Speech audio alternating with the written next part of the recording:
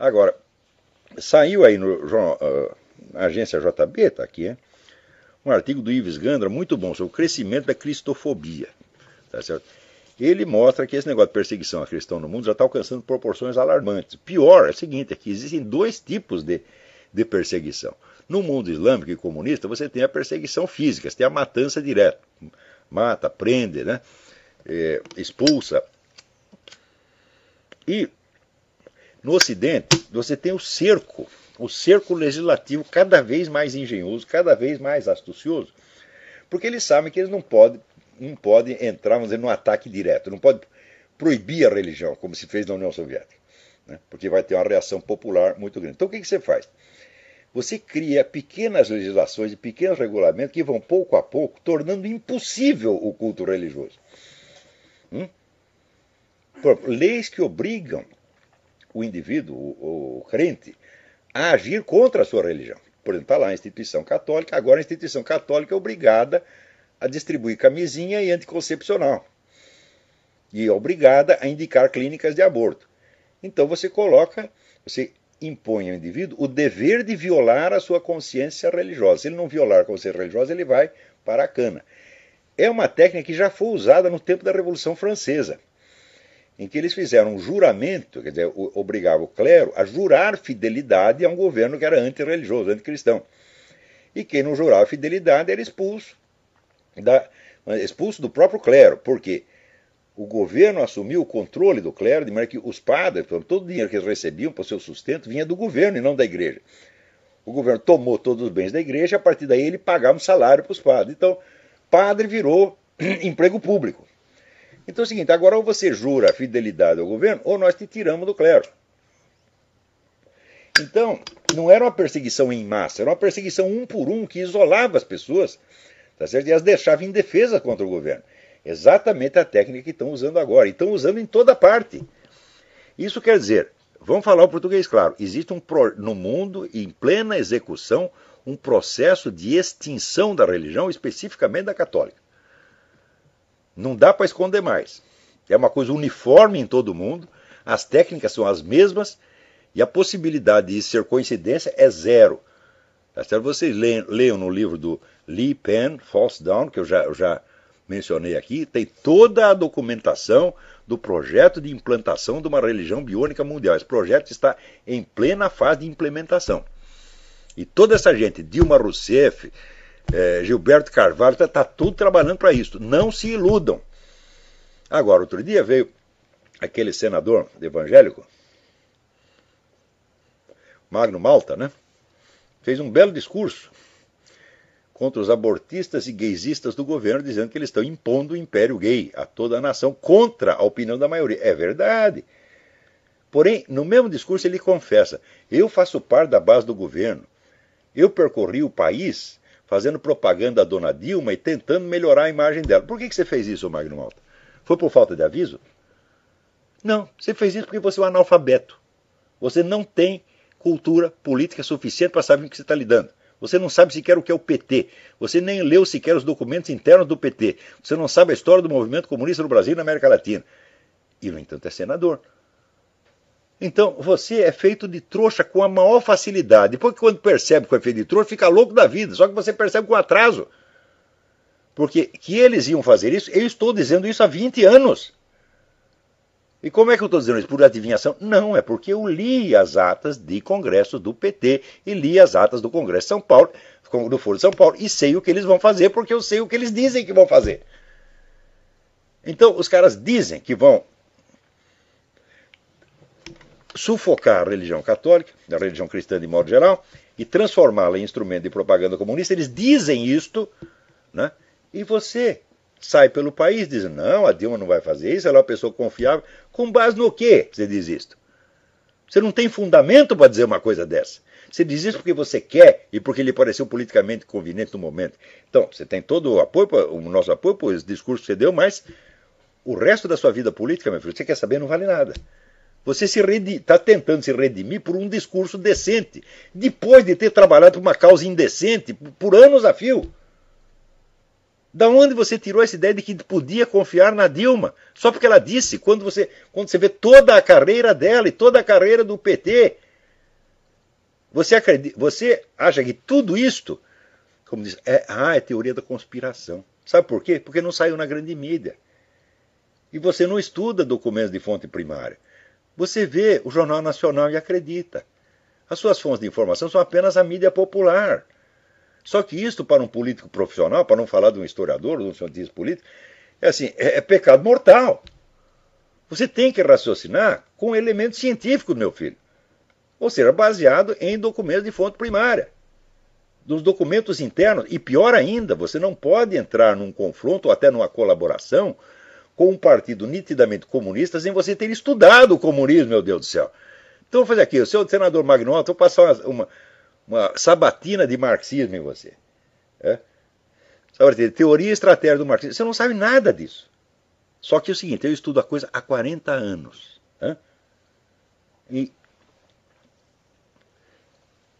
Só que a minha opinião não vale. Por quê? Porque ela se baseia em informações eruditas, informações que não são acessíveis ao povo e que, quando você as usa num debate, elas não têm aquela credibilidade automática das mentirinhas que foram repetidas 1000 vezes pela Globo, pela Folha, etc, etc. Não só você pode falar contra o cristianismo, como é absolutamente obrigatório falar contra o cristianismo. Você verá, recentemente na cidade de Santa Mônica, na Califórnia, foi proibida a exibição pública de presépios. Quer dizer, o negócio está cercando. Vocês viram, em 1954, o grande filósofo teólogo católico, Dietrich von Hildebrand, num livro que se chamava A Nova Torre de Babel, ele escreveu o seguinte. Ele disse, olha, recentemente o combate anticristão mudou de fase, mudou de etapa. Na era liberal, que era assim entre o século XIX, né, democracia europeia, essa coisa toda, o pessoal falava mal da igreja, mas o cristianismo ainda estava imbricado nos valores, nas instituições, nas leis, no ensino, etc, etc. Mais recentemente, diz ele, começou-se um esforço na esfera intelectual para repudiar totalmente o cristianismo. E ele dá como exemplo as obras do Jean-Paul Sartre, o existencialismo ateu, essa coisa toda. Só que esse combate anticristão, naquela época, estava na esfera das ideias, era coisa de intelectuais. Então, hoje, se Dietrich von Hildebrand estivesse vivo e fosse fazer uma reedição do seu livro, ele teria que dizer o seguinte, agora passou por uma terceira etapa. A Torre de Babel estava em planos naquela época, agora passou para a construção efetiva. Ou seja, a briga saiu do terreno das ideias, já não são mais intelectuais discutindo, e entrou no terreno da ação prática efetiva. Ação prática efetiva que se manifesta por dois lados. Primeiro, a matança geral de cristãos. Quer dizer, estão morrendo aproximadamente de 100 a 150 mil cristãos católicos e protestantes por ano, por motivo de perseguição religiosa exclusivamente, no mundo. Rarissimamente sai uma linha, sai uma notinha na mídia. E segunda expressão do genocídio é o genocídio cultural que se observa no Ocidente, que é a tentativa, o esforço generalizado de destruição sistemática da presença cristã na vida pública. Então, o que está se procurando fazer é implantar em todo o Ocidente um sistema igual ao do Irã, onde você pode ser cristão na sua casa, na sua vida privada, tá certo? Até na privada, você tem que fechar no banheiro para você ser cristão ali dentro. Porque se abriu a boca para falar de cristianismo na vida pública, tu vai para cana. Isto é o que está se implantando no Ocidente desde já, ao mesmo tempo e pelas mesmas vias e através das mesmas pessoas e grupos que estão promovendo leis e campanhas de proteção à religião islâmica, que se tornou intocável. É claro que corre muito dinheiro por baixo disso, né? Então, eu diria que manter o homem do filminho na cadeia tem esta função secundária, já é para reforçar, né, o caráter intocável da religião islâmica. Ou seja, você pode falar contra o cristianismo, você pode falar o que quiser. Agora, contra o Islã, existe o crime de blasfêmia que é punido no Ocidente, nos Estados Unidos. O rapaz está lá por crime de blasfêmia contra a religião islâmica. Agora, contra o cristianismo, você pode fazer imagem de Nossa Senhora cheia de merda, você pode pegar um crucifixo e jogar dentro da urina. Você pode fazer o que você quiser, porra. E é aplaudido e tem verba pública para fazer isso. Então, isso é um bom motivo para manter o menino na cadeia. É para lembrar as pessoas sutilmente, olha, não abra a boca contra o Islã porque nós te pegamos. Né? Quer dizer, a lealdade do seu Barack Obama, né, ao radicalismo islâmico é uma coisa notória. Inclusive, você vê, o que estava fazendo em Benghazi o embaixador Chris Stevens? Ele estava lá distribuindo armas aos chamados insurgentes, entre os quais há inúmeros membros do Hamas e da Al-Qaeda. Agora aqui, ó, o Ministério Público pede que a frase Deus seja louvado seja retirada das notas de reais. Fala, ó, Deus não está precisando de notas de reais, tá? Né? Mas se tirar, para Deus não vai fazer a menor diferença. Né? Agora, isso faz parte do genocídio cultural. Quer dizer, você retirar todos os sinais da religião da vida pública, fazer recuar para a vida privada e, no fim, criminalizá-la e persegui-la. Então você tem o genocídio físico nos países comunistas e islâmicos e o genocídio cultural no Ocidente. Acontece o seguinte, o genocídio cultural sempre é preparativo do genocídio efetivo.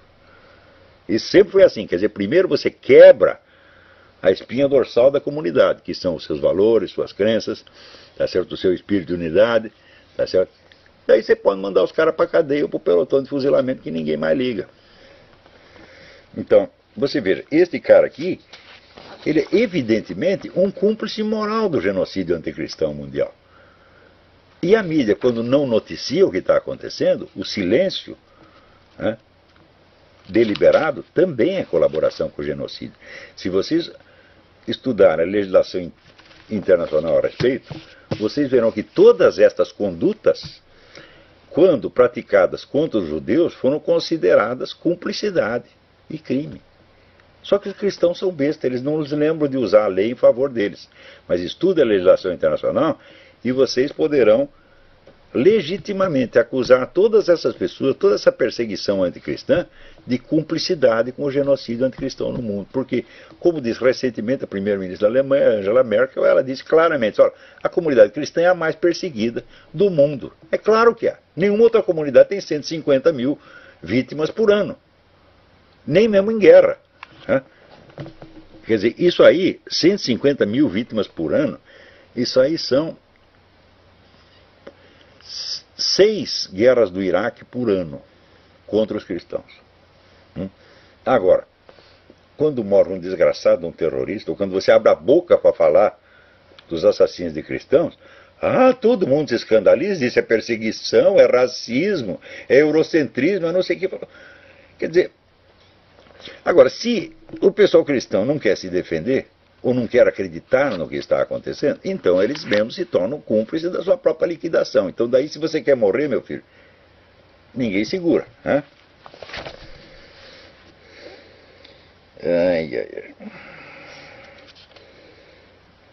Outra coisa, estou falando aqui da perseguição anticristã. O Barack Obama, umas semanas atrás, ele disse o seguinte, ele disse... Ele fez aquele regulamento do Medicare que obriga todas as firmas a darem assistência para as suas funcionárias que queiram praticar aborto. Então, evidentemente, os empresários pequenos e grandes que são cristãos dizem, não, eu não posso colaborar com isso que viola a minha consciência. Daí o Barack Obama disse o seguinte, disse que a primeira emenda, né, que protege a liberdade religiosa, não se aplica a empresas e instituições. Isso quer dizer que se você tem uma pastelaria, né, e tem um empregado que quer abortar, você é obrigado a pagar o aborto dela, contra a sua consciência. Claro que isso faz parte do genocídio anticristão. Quem é que não está vendo? O que falta é alguém que reúna todas estas manifestações e perceba a articulação de umas com as outras. Por quê? Porque essa turma que está apoiando, vamos dizer, a perseguição, o genocídio cultural anticristão, é a mesma que está promovendo a proteção generalizada da religião islâmica. Tudo isso está muito articulado, gente.